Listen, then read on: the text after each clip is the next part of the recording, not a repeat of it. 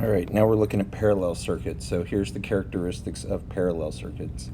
The voltage across every parallel component is equal in a parallel circuit. Remember, in a series circuit, it was current that was equal across every circuit.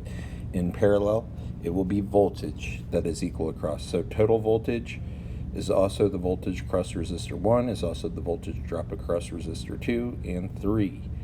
All right?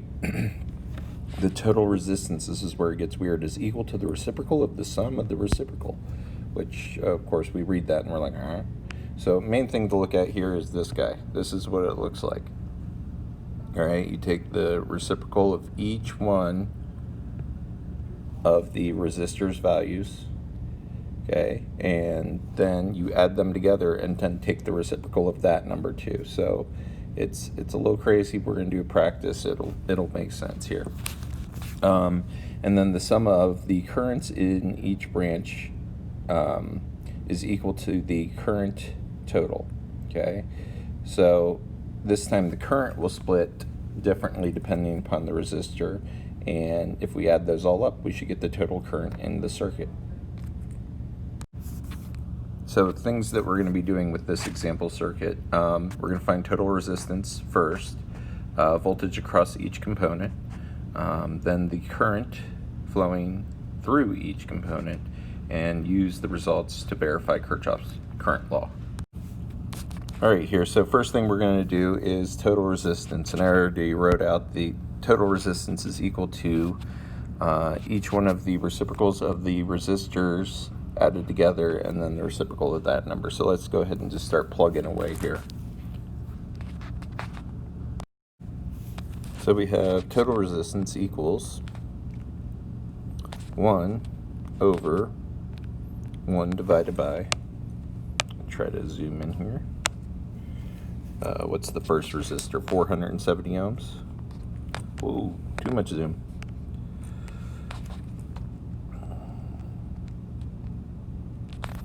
And 1 over, what's the second one? 2.2 kilo ohms.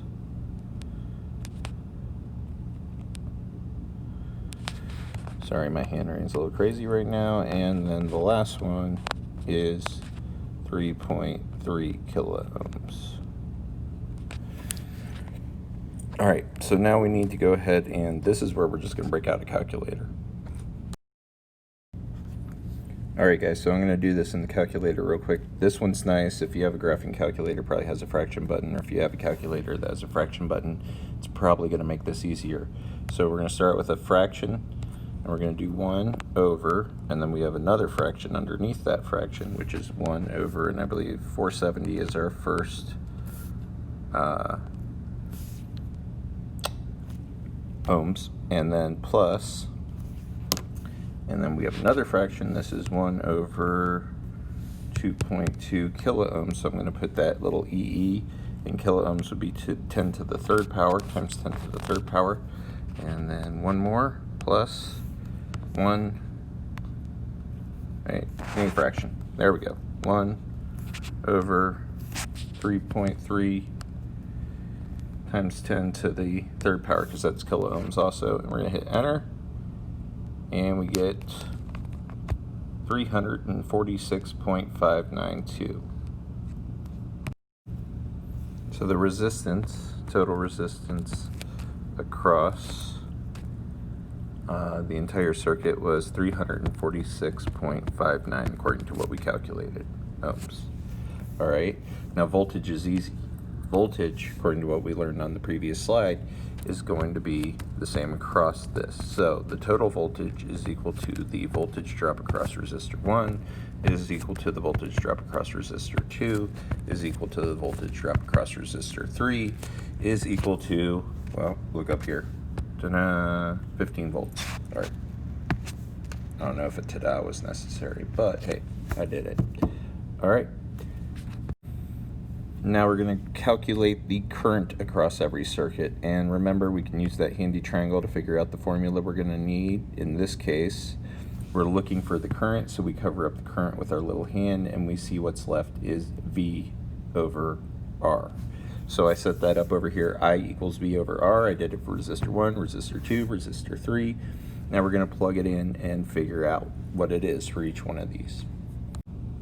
So for the first resistor, we're going to solve for the total current, or not the current, total current across resistor 1 equals the voltage, which is 15 volts, over the resistance, which is 470 ohms. So we're going to plug that into our calculator.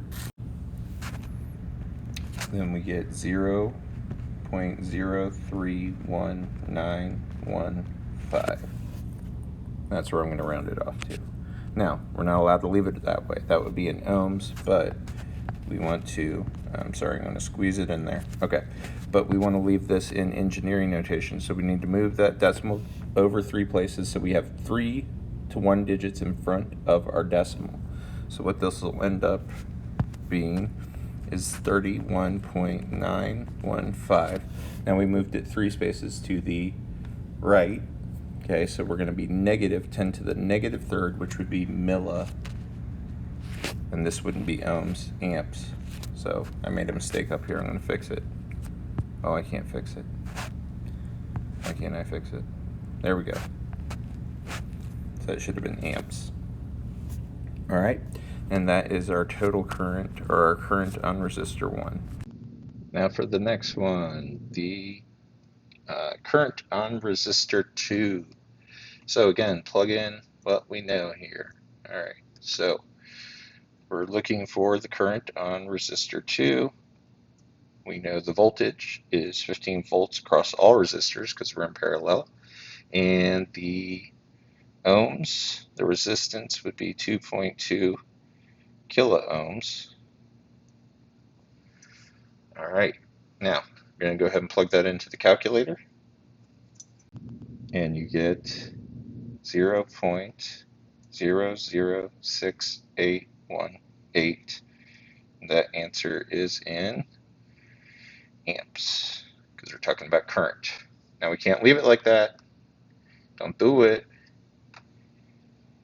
Put an engineering notation, so we got to move it 3 at a time. We got 1 digit now in front of the decimal, and our answer is 6.818. And we moved it to the right, so that would be 10 to the negative third, or milliamps. So that would be the total resistance, or total current on resistor 2. Let's go down to resistor 3 one more time. Current on resistor 3 equals the volts, 15 volts across all of them because it's in parallel. The ohms is 3.3 kilo ohms. All right, and now you're going to break out your calculator. And you get 0.004545 amps. Convert to engineering notation. I think I should say anything anymore. And if I move it over 3 places there, I've got 1 digit in front of the decimal. And so this would be 4.545. And we moved it 3 spaces to the right. So this is 10 to the negative third, which would be milliamps. And that is the current on resistor 3. All right, so if you look at this, looking at, say, the current on resistor 1, okay, that's the largest amount of current by far that we had flowing. And look, that's where the least amount of resistance is occurring. So it makes sense, where there's the least amount of resistance, there's going to be the most current flowing. And where there's the most resistance, there's going to be the least amount of current flowing. The last thing we need to do is check and verify Kirchhoffs Law, which would be the total current is equal to the sum of each one of the currents passing through each one of the resistors. Now, before we're going to check and make sure that works, let's find the total current using Ohm's law to verify it that way. So Ohm's law would say total current equals the total voltage over the total resistance. And we know from what we did earlier that the total current we're solving for, total voltage is 15 volts, and the total resistance is 346.59 ohms, and that came from the first thing that we did on this problem. So now we're going to break out the calculator and finish that up. The calculator gives us 0.04327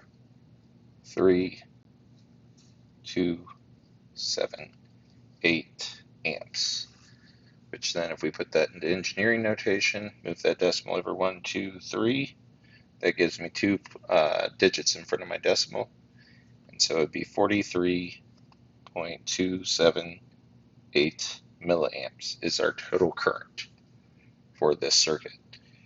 Now let's see if Kirchhoffs law verifies that. So if we plug into what we had at the top here, we're going to bring that guy down here, and we're going to plug in the values we had on the page before. So the total current equals 31.915 milliamps plus 6.818 milliamps plus the last resistor, 4.545 milliamps. And if we add those all together, we get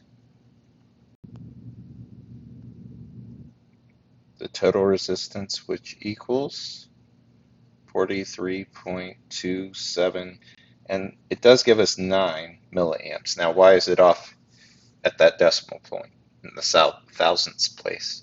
And that's just because of rounding. As we went along, they become slightly different numbers. All right, but they are obviously very, very, very, very close to each other, and so we would say those are the same currents. So Kirchhoff was right, believe it or not. So just to summarize real quick, what were his two laws? Kirchhoff's voltage law is the sum of all voltage drops in a series circuit equals the total applied voltage. And then his current law is the total current in a parallel circuit equals the sum of the individual branch currents. All right. Good luck trying some practice problems on your own here.